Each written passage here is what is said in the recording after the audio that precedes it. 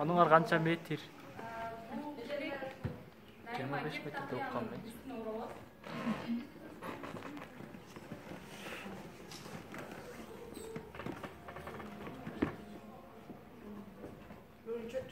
Канча метр olur? Yatta hazır 15 metre деп отыр.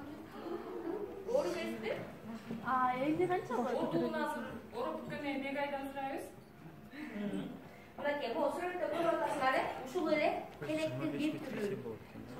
Негизи илгери бир орус окумуштуусу келген экен, Машкерис деген.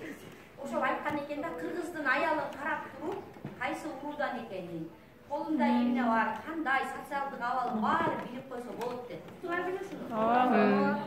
Молодцы, ошондой окумуштуулар жазган экен да, анан мынакей карап турсаңар, ошол эле келекти башкача урулушу.